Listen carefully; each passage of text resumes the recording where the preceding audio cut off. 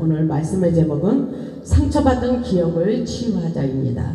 상처받은 기억을 치유하자. 다윗은 세상을 살면서 쓰라린 상처를 너무나 많이 받고 살았습니다. 다윗의 시편을 보면 알 수가 있습니다.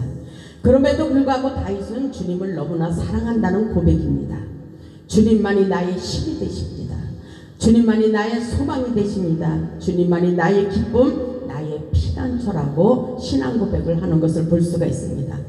본문의 말씀을 보면 엄청난 상처를 끌어안고 살았던 것을 볼 수가 있습니다.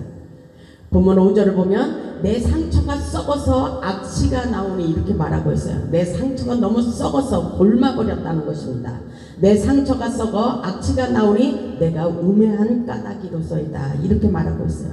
정말 우리가 세상을 살면 너무나도 가슴 아픈 일들이 너무나도 많이 있습니다.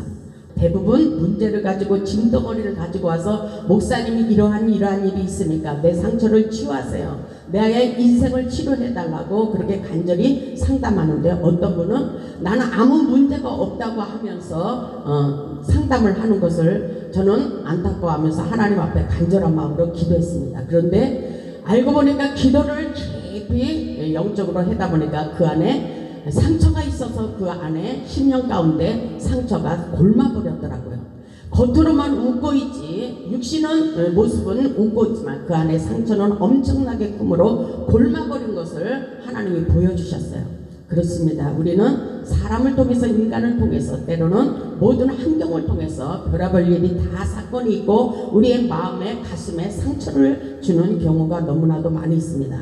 근데 다윗도 그런 상처를 받았어요. 그럼에도 불구하고 주님만이 나의 힘이 되시고 반석이 되시고 소망이 되시고 나의 피할 바위시며 나의 피난처라고 말하고 있어요. 하나님을 떠나서는 살 수 없다는 믿음의 고백을 수시로 하는 것을 볼 수가 있어요. 오늘 말씀해 보니까 내 상처가 썩어서 악취가 난다 그랬어요. 그런데 내가 우매한 까닭으로 이렇게 된다고 말을 하고 있습니다.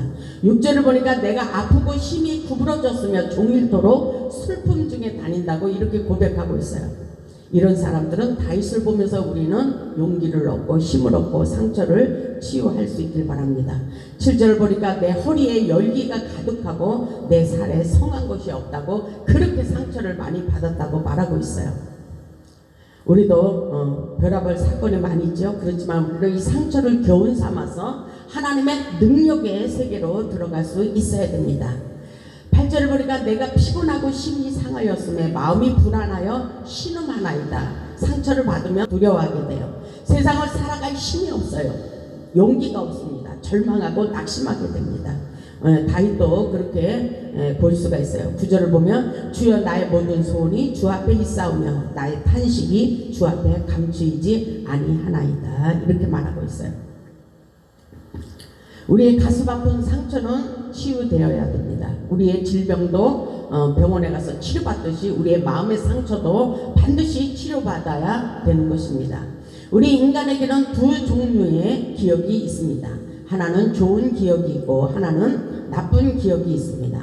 좋은 기억은 사람에게 놀라운 활력을 제공해 줍니다. 고난 속에서 겨울과 같은 인생의 순간에도 장미꽃을 피게 하는 것이 좋은 기억입니다. 우리에게 좋은 기억이 있으면 우리의 마음이 평안해지고 풍성해집니다. 반대로 나쁜 기억은 우리들의 삶에 큰 고통을 가져다 줍니다. 그 상처가 있기에 조그마한 어려움이 있으면 그 상처가 올라오게 되는 것입니다. 그것은 우리 안에 숨겨져 있는 독초의 쓴뿌리라는 것을 깨달아야 됩니다. 본인은 아무것도 아니라고 하지만 다 잊었다고 하지만 그 상처의 흔적이 남아서 현재의 삶을 좀먹고 우리를 고통스럽게 하는 경우가 너무나도 많이 있습니다. 그러므로 그 고통스러운 기억을 치유하는 것은 우리의 영혼과 마음과 정신을 건강하게 유지하는 것이 필수적입니다. 모든 상처가 시간의 흐름에 따라 흔적 없이 지워지면 얼마나 좋을까요? 그런데 그렇지 않습니다. 선천적으로 잘 잊어버리는 성격을 가지고 있는 경우도 있습니다. 그런 분들은 정말 하나님께 감사하는 마음을 가져야 됩니다. 문제는 인간의 무의식층 속으로 들어간 아픈 기억은 잘 잊혀지지 않는다는 것이 문제인 것입니다. 예를 들어 부부간의 싸움을 보면 알 수가 있습니다. 부부간의 싸움을 보면 서로 간에 말을 하지 않습니다. 건드리면 터지기 때문인 것입니다. 얼핏하면 겉으로는 문제가 해결된 것 같습니다. 그러나 속으로는 문제가 커지고 있는 것입니다. 한이 맺히는 것입니다. 한이 쌓인다고 합니다. 그래서 화병이 나는 것입니다. 그러므로 겉으로 멀쩡하게 보이는 것이 꼭 좋은 것만은 아닙니다. 우리는 확 터뜨릴 수도 있어야 되는 것입니다. 가족관계는 한 몸의 관계입니다. 그러므로 내가 마음의 상처를 받았다면 상대방도 틀림없이 마음의 상처를 받고 있다는 사실을 생각하시고 먼저 상대방을 긍휼히 여기는 마음을 가질 수 있어야 됩니다. 우리 마음의 상처의 원인을 발견하고 진리의 말씀과 성령의 불로 그 상처를 치유받고 회복시켜야 됩니다. 치유에 힘이 있는 말이 있습니다. 스스로 내적 치유의 기도를 많이 해야 됩니다. 이렇게 기도해야 됩니다. 나는 특별한 존재다. 나는 특별한 존재다. 내 눈에 비친 나의 모습은 아름답다. 이렇게 말할 수 있어야 돼요. 지금 나는 성장하고 있다. 계속 추락하고 낙심하고 절망하는 것이 아니라 계속 자신에게 용기를 주어야 됩니다. 그리고 나에겐 삶의 열정이 있다. 긍정적인 마인드를 가져야 됩니다. 그리고 나에겐 삶의 목표가 분명히 있다. 나는 세상에 필요한 사람이다. 나는 책임감이 있다. 내 안에 들려오는 하나님의 음성을 믿는다. 나에겐 내 문제들을 해결할 능력이 있다. 이렇게 계속 자신에게 용기를 북돋아 줄 수 있어야 돼요. 나의 능력과 재능에 대한 확신이 분명히 있다. 내 안에 능력이 있다. 하나님이 함께 하시기 때문이다. 이런 믿음의 자세를 가져야 돼요. 그리고 이 일을 잘 끝낼 수 있다. 뭔가 좋은 일이 내 앞에 다가오고 있다. 이런 계속 좋은 생각을 해야 됩니다. 생각 속에 우리의 인생도 함께 펼쳐지는 놀라운 역사가 일어나기 때문인 것입니다. 그리고 난 그 행복을 누릴 자격이 있다. 나는 행복자다. 이런 마음을 가져야 돼요. 나는 소중한 존재이다. 자신감 있게 선포하며 이겨낼 수 있어야 됩니다. 이것이 바로 내적 치유, 내 안에 상처를 치유하는 축복의 기도문이라고 볼 수가 있습니다. 우리의 영혼을 치유하기 위하여 기도할 때 하나님은 우리의 상처를 치유하시고 수술시켜서 회복시켜 주시는 것입니다. 내적 치유란 어떤 것인지 우리 깨달아 보겠습니다. 내적 치유는 속사람의 치유라고 할 수 있습니다. 내 속사람의 치유입니다. 내 깊은 속에 상한 마음을 치유하는 것입니다. 내적 치유는 인간의 기억들 그리고 깊은 마음들, 인간의 삶의 경험들 안에서 잘못된 부분을 회복시키는 말인 것입니다. 내적 치유는 자기 자신을 살아가지 못하는 영혼을 자유케 하며 자신을 건강하게 살아갈 수 있도록 도와주는 것이라고 말씀하고 있습니다. 그렇게 살 수 있길 바랍니다. 그리고 내적 치유는 하나의 가정입니다. 상처 입은 사람들은 대개 과거의 비극적인 사건, 고통을 대면하고 싶어 하지 않습니다. 현재의 문제가 과거의 상처라는 역사적인 뿌리에서 자라 나온 것이므로 뿌리를 제거하기 위하여 우리는 끊임없이 기도해야 끊어진다는 사실을 우리는 깨달아야 됩니다. 그리고 하나님은 가정 안에서 일하고 계십니다. 우리의 현실에, 우리의 환경 속에서 우리와 함께 일하고 치유하고 회복시켜 주시기를 원한다는 것을 깨달아야 됩니다. 우리 하나님은 세상을 창조하실 때도 무에서 유를 창조하셨는데 일주일이나 걸렸습니다. 이처럼 내적 치유도 하나의 가정으로 시간이 걸릴 수가 있다는 것입니다. 우리 하나님께서 어린아이같이 굴지 말고 영적으로 성장하여 장성한 자가 되기를 원하고 계십니다. 그리고 기억이 우리를 묶고 정신적 인간관계 불구자 절름발이가 되게 하면 안 됩니다. 이 모든 것은 내 자신으로부터 헤쳐나가야 돼요. 이것은 영적 전쟁입니다. 우리의 인생 운명을 치유하는 놀라운 능력의 역사가 우리 자신으로부터 해결된다는 것을 우리는 깨달아야 됩니다. 그래서 에레미야 30장 17절을 보면 이렇게 말씀하고 있어요. 내가 너의 상처를 치유하여 새살이 돋아나게 하고 고쳐주리라. 우리 하나님은 치료의 하나님이세요.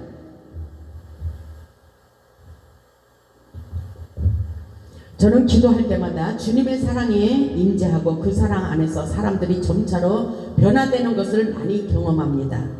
하나님의 성령의 역사는 우리를 변화시켜 주십니다. 거듭남의 비밀을 깨달아야 됩니다. 인간은 모든 환경을 통하여 성장하고 성숙해지는 것입니다. 처음부터 성숙하지 않았어요, 저도. 그런데 계속 하나님과 소통하고 하나님께 기도하고 영적으로 거듭나다 보니까 이렇게 성숙하게 예수 그리스도의 사랑을 담게 되는 것입니다. 그리고 상한 마음을 극복하는 방법을 살펴보면은 첫째로 기분이 나빠지거나 속이 상할 때면 가능한 한 빨리 그 기분을 풀고 수습해야 됩니다. 단 1초라도 상한 마음이 오래 지속되는 것은 본인에게는 물론 주위 사람에게도 절대 도움이 되지 않는다고 말하고 있습니다. 그러므로 상한 마음에 우리의 생각 속에 정신적인 치료약을 바르고 자유할 수 있기를 주님의 이름으로 축복합니다. 그래서 예수 안에서 진리가 너희를 자유케 하리라 이렇게 말씀하셨어요. 또 상한 마음을 발산해야 됩니다. 상한 마음을 발산해야 돼요. 무엇으로? 우리는 기도로 발산할 수 있어야 돼요. 부르짖으라 그랬죠. 통성기도로 우리의 원한 맺힌 화평들, 이 모든 문제 사건들을 기도로 풀어갈 수 있어야 됩니다. 상한 마음을 그대로 가지고 있으면 병이 됩니다. 우리 하나님을 믿는 사람들은 이렇게 우리에게 좋은 치료약인 영적 무기를 주셨습니다. 우리가 기도할 때 반드시 치료받고 회복되는 놀라운 기적의 역사가 끊임없이 일어나고 있다는 사실을 깨달아야 됩니다. 하나님께 우리의 원한을 풀어달라고 기도하시기를 바랍니다. 다윗의 기도를 보면서 우리도 나의 원한을 풀어주시옵소서 이렇게 간절히 부르짖을 때 놀라운 기적의 주인공이 될 수가 있는 것입니다. 그 상처를 통해서 또 다른 사람을 상처를 치유할 수 있는 능력자가 된다는 것을 우리는 깨달아야 됩니다. 상처를 입은 자가 남의 상처도 치유할 수 있는 것이지 아무것도 모르는 자가 남의 상처를 치유하지 못하는 거예요. 근데 하나님께서 오늘은 저에게는 이런 거를 깨닫게 하셨어요.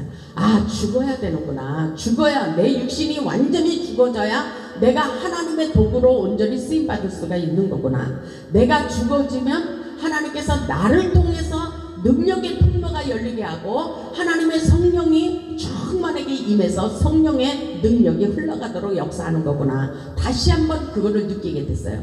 물론 이 말씀이 알았지만 기도 중에 더 깊이 오늘 저를 만지시면서 아, 내가 더 죽어야 되겠구나. 내가 죽어야 되지. 죽어야 내가 더 육신의 생각과 모든 것을 죽어야 하나님의 축복의 통로가 나를 통해서 일어나고 있는 거구나. 그래서 나를 만나는 사람들마다 다 회복되고 열리고 치유되고 놀라운 기적의 역사를 경험하는구나. 이것을 더 뼈저리게 느꼈습니다. 예수 그리스도 안에서 죽으면 사는 역사입니다. 아멘. 어떤 상처가 있어도 하나님은 우리를 치료해 주시고 그 상처를 통해서 놀라운 기적의 주인공으로 하나님께서 우리를 사용하신다는 것을 깨달을 수 있기를 주님의 이름으로 축복합니다.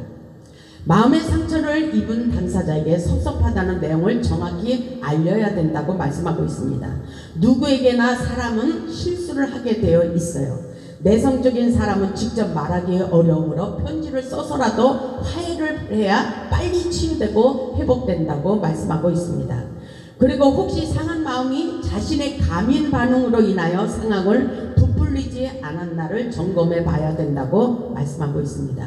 상대방은 큰 의미를 부여하지 않고 한 말인데 정작 본인은 무슨 계획을 가지고 무슨 의도로 자신에게 손해를 끼치고자 하거나 고통을 주거나 한다고 감인 반응을 하지는 않았는가 내 자신을 테스트 해봐야 된다는 것입니다. 내 자신을 영적 체크를 해볼 수 있어야 됩니다.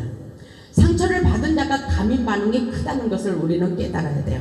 그래서 상처를 치유해야 또 다른 사람을 상처를 치유해 주시는 것입니다. 그래서 우리는 모든 것을 치유하고 또 사명을 감당할 수 있어야지, 사역을 해야지. 목사님들이 대부분 상처를 끌어안고 사역을 하면 다른 사람에게도 그 상처가 흘러간다는 것을 깨닫고 우리는 깨끗하게 그 상처를 치유하고 깨끗한 사람으로, 하나님의 영의 사람으로 사역을 감당할 수 있어야 되는 것입니다.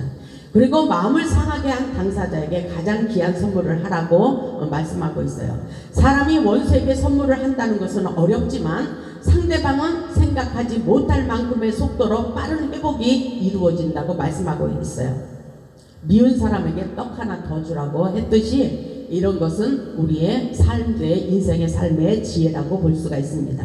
그리고 반드시 상한 마음은 치료가 된다는 것을 확신하고 희망찬 내일을 기대하며 살아가야 되는 것입니다.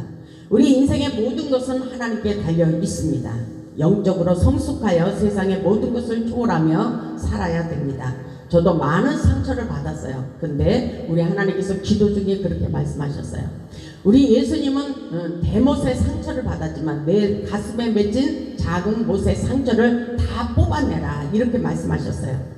그래서 모든 사람을 용서하지 않을 수가 없습니다. 우리 예수님께서 저에게 사랑의 마음을 품도록 하셨어요. 빌립보서 2장 6 보면 너희 안에 이 마음을 품으라. 너희 안에 이 마음을 품으라. 상처를 치유하기 위해서 끊임없이 우리에게 예수님의 마음을 품기를 원하십니다. 곧 그리스도 예수의 마음이니 이렇게 말씀하셔요. 예수 그리스도의 마음을 가져야 됩니다.